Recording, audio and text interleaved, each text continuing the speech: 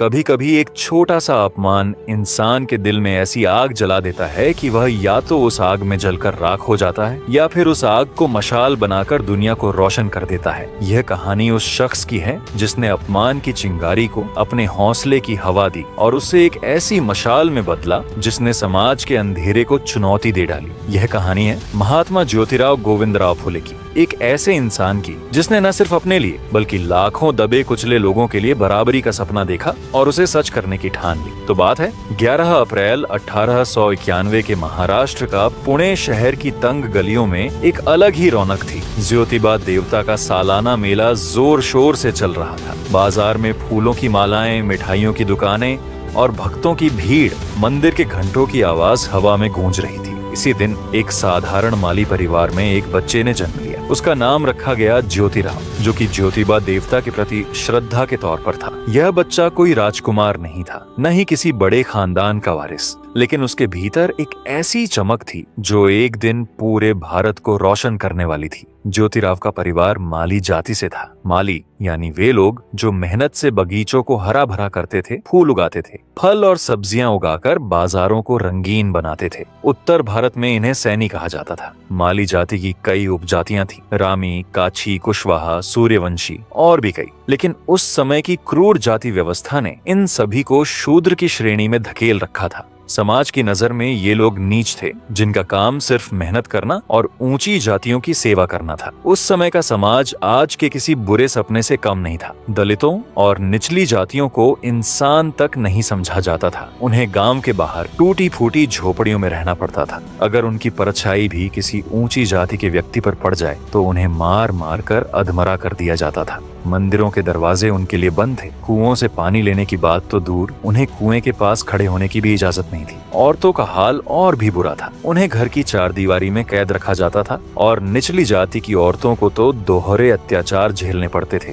शिक्षा वह तो सिर्फ ब्राह्मणों और ऊंची जातियों के लिए थी। अगर कोई दलित या शूद्र पढ़ने की कोशिश करता तो उसकी उंगलियां तक काट दी जाती थीं। ब्राह्मणवाद उस समय अपने चरम पर था। पुरोहित समाज को अपने इशारों पर नचाते थे। अंधविश्वास और रूढ़ियों का जाल ऐसा था कि लोग सच और झूठ का फर्क ही भूल चुके थे। यह वह दौर था जब इंसानियत को कुचलकर जाति और धर्म के नाम पर बांट दिया गया था। ज्योतिराव का परिवार भी इस भेदभाव का शिकार था। माली होने के नाते उन्हें हर कदम पर ताने सुनने पड़ते थे। बाजार में उनकी सब्जियां खरीदी जाती थीं, लेकिन उनके साथ इंसान की तरह बर्ताव नहीं किया जाता था। ज्योतिराव का बचपन इन तानों और अपमानों के बीच बीता। वह छोटा बच्चा था, लेकिन उसकी आंखें सब कुछ देखती थीं। वह देखता था कि उसके पिता दिन रात मेहनत करते हैं, फिर भी उन्हें सम्मान नहीं मिलता। वह देखता था कि उसकी माँ को बाजार में लोग नीची नजरों से देखते हैं। वह देखता था कि गांव के स्कूल में सिर्फ ऊंची जाति के बच्चे पढ़ते हैं, जबकि उसके जैसे बच्चे सिर्फ खेतों में काम करने के लिए पैदा हुए माने जाते थे। उसके छोटे से दिमाग में सवाल उठने लगे, ऐसा क्यों है? क्या हम इंसान नहीं हैं? क्या हमें पढ़ने का हक नहीं है? क्या मेरी माँ बहन को सम्मान नहीं मिलना चाहिए? ये सवाल कोई साधारण सवाल नहीं थे। ये सवाल उस क्रांति के बीज थे जो ज्योतिराव के दिल में बोए जा रहे थे। वह बच्चा जो पुणे की गलियों में अपने पिता के साथ बगीचे में फूल लगाता था, धीरे धीरे समाज की सच्चाई को समझ रहा था। उसे नहीं पता था कि उसका यह गुस्सा, यह बेचैनी एक दिन उसे इतिहास का सबसे बड़ा समाज सुधारक बनाएगी। ज्योतिराव के जीवन को देखकर बाद में कई बड़े लोगों ने उनकी तारीफ की। भारत के पूर्व प्रधानमंत्री विश्वनाथ प्रताप सिंह ने कहा कि वह भारत में सामाजिक क्रांति के पहले सच्चे नायक थे, जिन्हें बुद्ध, महावीर और गुरु नानक जैसे महापुरुषों का उत्तराधिकारी माना जा सकता है। बाबा साहेब अम्बेडकर, जिन्होंने भारत का संविधान लिखा, उन्होंने ज्योतिराव को बुद्ध और कबीर के बाद अपने तीसरे गुरु के रूप में सम्मान दिया। पंडित जवाहरलाल नेहरू ने भविष्यवाणी की कि जैसे जैसे भारत में किसान और मजदूरों का उदय होगा, ज्योतिराव का नाम और चमकेगा। और सबसे हैरान करने वाली बात, महात्मा गांधी से पहले ज्योतिराव को महात्मा की उपाधि दी गई थी और खुद गांधी जी ने उन्हें सच्चा महात्मा कहा था। लेकिन यह सारी महानता अब भी कोसों दूर थी। अभी तो ज्योतिराव एक छोटा सा बच्चा था जिसके सामने समाज का क्रूर चेहरा था। उसे अभी अपमान की उस आग से गुजरना था जो उसे स्टील की तरह मजबूत करने वाली थी। लेकिन ऐसा कहा जा सकता है कि भेदभाव का विरोध ज्योतिराव के खून में ही थी, क्योंकि इनके परदादा ने भी जातिवाद और ब्राह्मणवाद के खिलाफ विद्रोह किए थे। उनके परदादा कोई साधारण इंसान नहीं थे। सतारा से करीब 40 किलोमीटर दूर कटगुण नाम की जगह पर एक छोटा सा गांव था। यहीं रहते थे ज्योतिराव के परदादा, जिन्हें उस समय गोहरे उपनाम से जाना जाता था। वे गांव में चौगुल्ला के रूप में काम करते थे। चौगुल्ला का मतलब होता है एक निम्न श्रेणी का ग्राम अधिकारी, जिसे गांव के छोटे मोटे काम सौंपे जाते थे। लेकिन उस समय पेशवा शासन का दौर था और ब्राह्मण राजस्व अधिकारी गांवों में राजा की तरह हुकूमत चलाते थे। दलितों, निचली जातियों और किसानों पर उनका अत्याचार आसमान छू रहा था। ये अधिकारी मनमाने टैक्स वसूलते थे। अगर कोई किसान टैक्स न दे पाए तो उसकी जमीन छीन ली जाती थी। दलितों को तो इंसान ही नहीं समझा जाता था। उनके घर लूटे जाते थे, उनकी औरतों के साथ बदसलूकी की जाती थी और उनके बच्चों को गुलामी की जिंदगी जीने के लिए मजबूर किया जाता था। ज्योतिराव के परदादा ने यह सब अपनी आंखों से देखा। उनका खून खौल उठा। लेकिन उस समय निचली जाति की आवाज सुनने वाला कोई नहीं था, न कोई हाकिम, न कोई अदालत। फिर क्या था? उनके परदादा ने फैसला कर लिया कि अगर न्याय नहीं मिलेगा तो वे खुद न्याय करेंगे। एक दिन जब अत्याचार की हद हो गई तो उन्होंने उन ब्राह्मण राजस्व अधिकारियों के खिलाफ खुला विद्रोह कर दिया। कहते हैं उन्होंने उन जुल्मी अधिकारियों की जान तक ले ली। लेकिन यह बगावत आसान नहीं थी। अपनी और अपने परिवार की जान बचाने के लिए उन्हें गांव छोड़कर भागना पड़ा। अपने 3 बेटों को लेकर वे पुणे के पास खानवाड़ी गांव में आ गए। यहाँ उनके पास न पैसा था न कोई ठिकाना, लेकिन किस्मत ने उनका साथ दिया। खानवाड़ी में एक फूल वाले ने उनके परदादा के 3 बेटों को अपने पास काम पर रख लिया। उसने उन्हें फूल उगाने, मालाएं बनाने और बगीचों को सजाने का हुनर सिखाया। ये भाई इस कला में इतने माहिर हो गए कि उनका नाम पूरे इलाके में फैलने लगा। यहाँ तक कि पेशवा बाजीराव द्वितीय के शाही दरबार में भी उनके बनाए फूलों की मालाएं और सजावट पहुँचने लगी। पेशवा इतने खुश हुए कि उन्होंने इन भाइयों को इनाम में 35 एकड़ जमीन दी, और वो भी बिना टैक्स की। यह कोई छोटी बात नहीं थी। उनकी कला ने उन्हें नई पहचान दी। गोहरे उपनाम अब पीछे छूट गया। अब वे फूले कहलाने लगे, फूलों की तरह खिलने वाले। लेकिन यह नई पहचान भी उनकी जाति की सच्चाई को नहीं बदल सकी। हिंदुस्तान में उस समय हुनर से ज्यादा जाति मायने रखती थी। चाहे आप कितने ही बड़े कलाकार बन जाओ, समाज की नजर में आप वही शूद्र थे जिसे नीचा दिखाना उनका हक था। समय बीता और गोहरे जो अब फुले बन चुके थे, उनके परिवार की यह मेहनत और कला आगे बढ़ी। ज्योतिराव के पिता गोविंदराव भी अपने पूर्वजों की तरह फूलों और खेती का काम करने लगे। उन्होंने चिमनाबाई से शादी की और उनके 2 बेटे हुए, जिसमें सबसे छोटे थे ज्योतिराव। लेकिन ज्योतिराव के जन्म के 1 साल बाद ही एक बड़ा हादसा हो गया। चिमनाबाई का निधन हो गया, जिसके कारण गोविंदराव टूट गए। माली बिरादरी के लोगों ने उन्हें दूसरी शादी के लिए मनाने की कोशिश की, लेकिन गोविंदराव ने मना कर दिया। वे अपने बच्चों को अकेले ही पालना चाहते थे। इसके बाद सगुणाबाई क्षीरसागर ने ज्योतिराव और उनके भाई की परवरिश की। सगुणाबाई ने माँ की तरह दोनों बच्चों को प्यार दिया, लेकिन समाज का भेदभाव उनके पीछे पड़ा रहा। गोविंदराव दिन रात मेहनत करते, बाजार में फूल और सब्जियां बेचते, लेकिन उन्हें वो सम्मान कभी नहीं मिला जो ऊंची जातियों को मिलता था। ज्योतिराव, जो अब धीरे धीरे बड़ा हो रहा था, ये सब देखता था। उसके छोटे से दिल में सवाल उठने लगे, क्यों मेरे पिता को ताने सुनने पड़ते हैं? क्यों हमें नीची नजरों से देखा जाता है? उस समय दलितों और निचली जातियों का जीवन नर्क से कम नहीं था। गांव के बाहर टूटी फूटी झोपड़ियों में रहना उनका नसीब था। अगर कोई दलित गलती से भी ऊंची जाति के रास्ते में आ जाए तो उसे लाठियों से पीटा जाता था।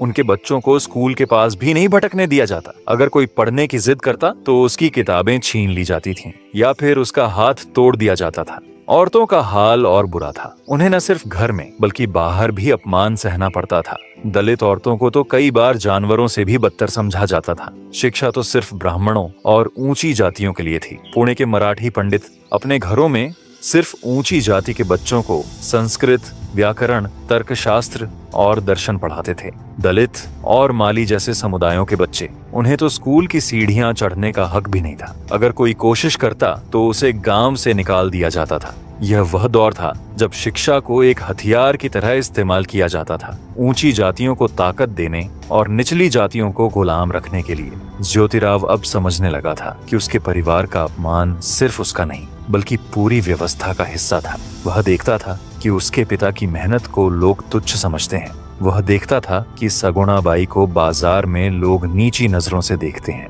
वह देखता था कि गांव के स्कूल में सिर्फ ब्राह्मण और मराठा बच्चे पढ़ते हैं, जबकि माली और दलित बच्चों को खेतों में मजदूरी करने के लिए छोड़ दिया जाता है। उसके मन में एक तूफान उठ रहा था। वह सोचता था, क्या मैं भी सिर्फ खेतों में काम करने के लिए पैदा हुआ हूँ? क्या मेरे जैसे लोगों को कभी सम्मान नहीं मिलेगा?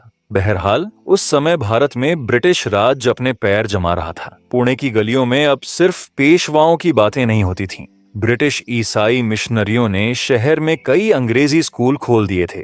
ये स्कूल सिर्फ पढ़ाई के लिए नहीं, बल्कि ईसाई धर्म को फैलाने का भी जरिया थे। उसी समय governor general Lord William Bentinck ने 7 मार्च 1835 को एक बड़ा ऐलान किया। उन्होंने कहा कि अब भारत की शिक्षा नीति बदलेगी। उनका मकसद था भारतीयों को यूरोपीय साहित्य, विज्ञान और आधुनिक विचारों से जोड़ना। लेकिन जरा सोचिए, यह कितना मुश्किल था। यह वह देश था जहां सदियों से रूढ़ियां और अंधविश्वास लोगों के दिमाग में जड़ें जमाए बैठे थे। ब्राह्मणवादी व्यवस्था ने शिक्षा को सिर्फ ऊंची जातियों तक सीमित कर रखा था। दलित और निचली जातियों के लिए तो स्कूल का दरवाजा देखना भी गुनाह था। ऐसे में ब्रिटिशों का यह कदम एक नई हवा लेकर आया, लेकिन इस हवा को तूफान बनने में अब भी वक्त था। इस बदलते माहौल में ज्योतिराव अब 7-8 साल के हो चुके थे। उनके पिता गोविंदराव मेहनती और दूरदर्शी इंसान थे। वे चाहते थे कि उनका बेटा पढ़ लिख कर कुछ बने। उन्होंने ज्योतिराव को पुणे के एक मिशनरी स्कूल में दाखिल करवाया। इस स्कूल में मराठी, सामान्य ज्ञान और हिसाब किताब सिखाया जाता था। गोविंदराव को उम्मीद थी कि उनका बेटा पढ़ाई करेगा और परिवार का नाम रोशन करेगा। लेकिन स्कूल की दुनिया ज्योतिराव के लिए इतनी आसान नहीं थी। यहाँ उन्हें फिर से जातिगत भेदभाव का कड़वा स्वाद चखना पड़ा। स्कूल में कुछ कट्टरपंथी हिंदू शिक्षक और छात्र थे जो निचली जातियों के बच्चों को बर्दाश्त नहीं करते थे। ब्राह्मणवादी मानसिकता ने स्कूल को भी अपनी गिरफ्त में ले रखा था। ज्योतिराव को ताने सुनने पड़ते थे, जैसे कि माली का बेटा यहाँ क्या करने आया, शूद्र को पढ़ने का हक नहीं। कुछ शिक्षक तो खुलेआम कहते कि निचली जाति के बच्चे स्कूल में रहेंगे तो स्कूल अपवित्र हो जाएगा। ये ताने ज्योतिराव के छोटे से दिल को चोट पहुंचाते थे। वह देखता था कि ब्राह्मण और मराठा बच्चे आराम से पढ़ते हैं, जबकि उसे और उसके जैसे बच्चों को हर कदम पर नीचा दिखाया जाता है। आखिरकार यह भेदभाव इतना बढ़ गया कि ज्योतिराव की पढ़ाई बीच में ही रुक गई। कट्टरपंथी ताकतों ने उन्हें स्कूल से बाहर करवा दिया। यह पहला मौका था जब ज्योतिराव ने समाज की सच्चाई को इतने करीब से देखा। लेकिन यह अपमान उनके लिए हार नहीं, बल्कि एक नई शुरुआत था। स्कूल छूटने के बाद ज्योतिराव अपने पिता के साथ खेतों में काम करने लगे। सुबह से शाम तक वे सब्जियां और फूल उगाते, बगीचों को संवारते और बाजार में सामान बेचने जाते। लेकिन उनके दिल में पढ़ाई की ललक अभी भी जिंदा थी। सगुणाबाई, जिन्होंने ज्योतिराव को माँ की तरह पाला था, उसने उनकी इस भूख को देखा। उन्होंने घर पर ही ज्योतिराव को पढ़ने में मदद की। दिन में खेतों में पसीना बहाने के बाद रात को ज्योतिराव दिए की रोशनी में किताबें खोलकर बैठ जाते। उनकी मेहनत और जिज्ञासा देखकर गांव के कुछ लोग हैरान थे। ज्योतिराव की बातें अब सिर्फ बच्चे की बातें नहीं थीं। वह तर्क करता था, सवाल पूछता था और उसकी सूझबूझ लोगों को प्रभावित करने लगी। गांव वाले कहते, इस माली के बेटे में कुछ तो बात है। लेकिन समाज की जंजीरें अभी भी उनकी राह में थीं। समय बीता और अब ज्योतिराव 14 साल के हो गए। उस समय गांव की परंपरा थी कि कम उम्र में शादी हो जाए। ज्योतिराव का विवाह सावित्रीबाई से हो गया, जो उस समय सिर्फ 8 साल की थी। यह शादी सिर्फ 2 लोगों का मिलन नहीं थी, बल्कि एक ऐसी जोड़ी की शुरुआत थी जो आगे चलकर समाज में क्रांति लाने वाली थी। लेकिन अब भी ज्योतिराव के लिए सबसे बड़ा जुनून उनकी पढ़ाई थी। दिन में वे खेतों में हल चलाते और रात में दिए की लौ में किताबों के पन्ने पलटते। इसी दौरान ज्योतिराव की मुलाकात 2 ऐसे लोगों से हुई जिन्होंने उनकी जिंदगी को नई दिशा दी। एक थे उनके पड़ोसी गफ्फार बेग, जो उर्दू और फारसी के जानकार थे। दूसरे थे पादरी लेजिट, जो मिशनरी स्कूल से जुड़े थे। इन दोनों ने ज्योतिराव की आंखों में चमक देखी। वे समझ गए कि यह लड़का साधारण नहीं है। इसीलिए साल 1841 में उन्होंने ज्योतिराव को फिर से स्कूल में दाखिला लेने के लिए प्रेरित किया। ज्योतिराव को स्कॉटिश मिशन हाई स्कूल में दाखिला मिला। यह उनके लिए एक नया मौका था। इस बार उन्होंने ठान लिया कि वे हर मुश्किल को पार करेंगे। स्कूल में वे दिन रात मेहनत करने लगे। अंग्रेजी, गणित, विज्ञान, हर विषय में उन्होंने अपनी प्रतिभा दिखाई। साल 1847 में जब परीक्षा के नतीजे आए तो हर कोई हैरान रह गया। 20 साल के ज्योतिराव ने 7वीं कक्षा की पढ़ाई पूरी कर ली थी और वो भी टॉप करके। यह उस समय की अंग्रेजी स्कूल की ग्रेजुएट डिग्री थी। एक माली का बेटा जिसे कभी स्कूल से निकाल दिया गया था, अब सबके लिए मिसाल बन गया था। पढ़ाई पूरी होने के बाद ज्योतिराव की आंखें अब सवालों से भरी थीं। स्कूल में उन्होंने ईसाई धर्म और इस्लाम के बारे में पढ़ा। उन्होंने देखा कि बाइबल और कुरान को कोई भी पढ़ सकता है, फिर हिंदू धर्म में ऐसा क्यों नहीं? वेद, मनुस्मृति और पुराण, इन ग्रंथों को निचली जातियों से क्यों दूर रखा गया? ब्राह्मणों ने इन पर पहरा क्यों बिठा रखा था? ये सवाल उनके मन में तीर की तरह चुभने लगे। जवाब ढूंढने के लिए ज्योतिराव ने खुद को ज्ञान की आग में झोंक दिया। उन्होंने बुद्ध के दर्शन पढ़े, रामानुजाचार्य के विचारों को समझा, रामानंद, बसवेश्वर, गुरु नानक, संत कबीर और संत दादू की शिक्षाओं में उन्हें इंसानियत का रास्ता दिखा। संत तुकाराम की गाथा, ज्ञानेश्वरी और भागवत धर्म की कथाओं को उन्होंने आत्मसात किया। गीता, उपनिषद और पुराणों के पन्ने पलटे। शिवाजी महाराज की वीरता और जॉर्ज वाशिंगटन की कहानियां पढ़ी। प्रोफेसर विल्सन जॉन्स जैसे विद्वानों की किताबों से हिंदू धर्म की गहराई को समझा। ये ज्ञान कोई साधारण पढ़ाई नहीं थी, ये एक तूफान था जो ज्योतिराव के मन में उठ रहा था। वे समझ गए कि धर्म का असली मकसद इंसान को जोड़ना है, न कि बांटना। लेकिन हिंदू धर्म में ऊंच नीच, जात पात और अंधविश्वास की जंजीरें उन्हें साफ दिख रही थीं। वर्ण व्यवस्था की खोखली नींव, धार्मिक पाखंड और ब्राह्मणवादी अत्याचार, ये सब उनके लिए अब बर्दाश्त से बाहर थे। ज्योतिराव के भीतर अब एक चिंगारी जल चुकी थी। यह चिंगारी न सिर्फ उनके अपमान की थी, बल्कि उस पूरे समाज की थी जो दलितों और निचली जातियों को कुचल रहा था। वे समझ गए थे कि इन जंजीरों को तोड़ने के लिए तलवार नहीं, बल्कि ज्ञान और सच का हथियार चाहिए। लेकिन यह रास्ता आसान नहीं था। समाज की मोटी दीवारें उनके सामने थीं। ज्योतिराव अब 20 साल के हो चुके थे। 1847 में उन्होंने स्कॉटिश मिशन स्कूल से अपनी पढ़ाई पूरी की थी। लेकिन यह पढ़ाई उनके लिए सिर्फ किताबों तक सीमित नहीं थी। यह उनके लिए एक खिड़की थी जिसने उन्हें दुनिया की सच्चाई दिखाई। उन्होंने देखा कि समाज की हर बुराई, जात पात, ऊंच नीच, अंधविश्वास की जड़ में एक ही चीज थी, अज्ञान। और इस अज्ञान को मिटाने का एकमात्र हथियार था शिक्षा। ज्योतिराव समझ गए कि जब तक लोग अंधेरे में रहेंगे, तब तक वे इन जंजीरों को तोड़ना नहीं पाएंगे। शिक्षा ही वह चाबी थी जो हर इंसान के बंद दरवाजों को खोल सकती थी। चाहे वह दलित हो, शूद्र हो या औरत, सबके लिए शिक्षा बराबरी का रास्ता थी। लेकिन यह रास्ता आसान नहीं था। ब्राह्मणवादी व्यवस्था ने शिक्षा को सिर्फ ऊंची जातियों तक सीमित कर रखा था। दलित और निचली जातियों के लिए स्कूल के दरवाजे बंद थे। औरतों को तो किताब छूने की भी इजाजत नहीं थी।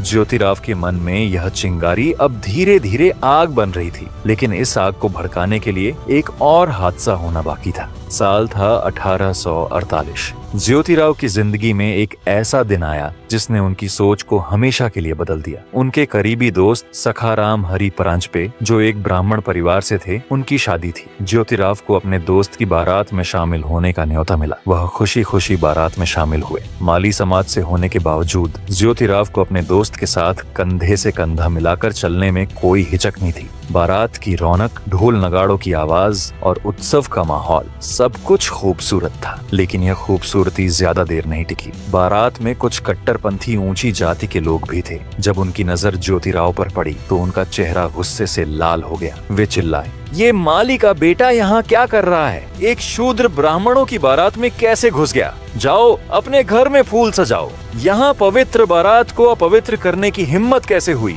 ये शब्द तीर की तरह ज्योतिराव के दिल में चुभ गए। भीड़ के सामने, सबके सामने उन्हें सरेआम बेइज्जत किया गया। उनके दोस्त सखाराम ने उन्हें बचाने की कोशिश की, लेकिन कट्टरपंथी ताकतें इतनी उग्र थीं कि ज्योतिराव को बारात छोड़कर जाना पड़ा। यह कोई साधारण अपमान नहीं था। यह उस समाज की गहरी बीमारी का सबूत था जो इंसान को इंसान नहीं बल्कि उसकी जाति से तौलता था। ज्योतिराव का दिल दुख से भर गया, लेकिन उनके भीतर का गुस्सा अब उबलने लगा। यह अपमान उनके लिए एक चेतावनी थी, एक चुनौती थी। उनके मन में सवाल उठने लगे, क्यों एक ब्राह्मण और शूद्र के बीच इतनी गहरी खाई है? क्यों मेरी मेहनत, मेरी पढ़ाई, मेरा हुनर मेरी जाति के सामने बेकार है? ज्योतिराव ने इस अपमान को गहराई से सोचा। उन्होंने अपनी पढ़ाई के दौरान ईसाई और इस्लाम धर्म के बारे में जाना था। वे देख चुके थे कि ईसाई समाज में मानवता और समानता की बात होती है। वहाँ छुआछूत जैसी कोई चीज नहीं थी। बाइबल को कोई भी पढ़ सकता था, चाहे वह किसी भी पृष्ठभूमि का हो।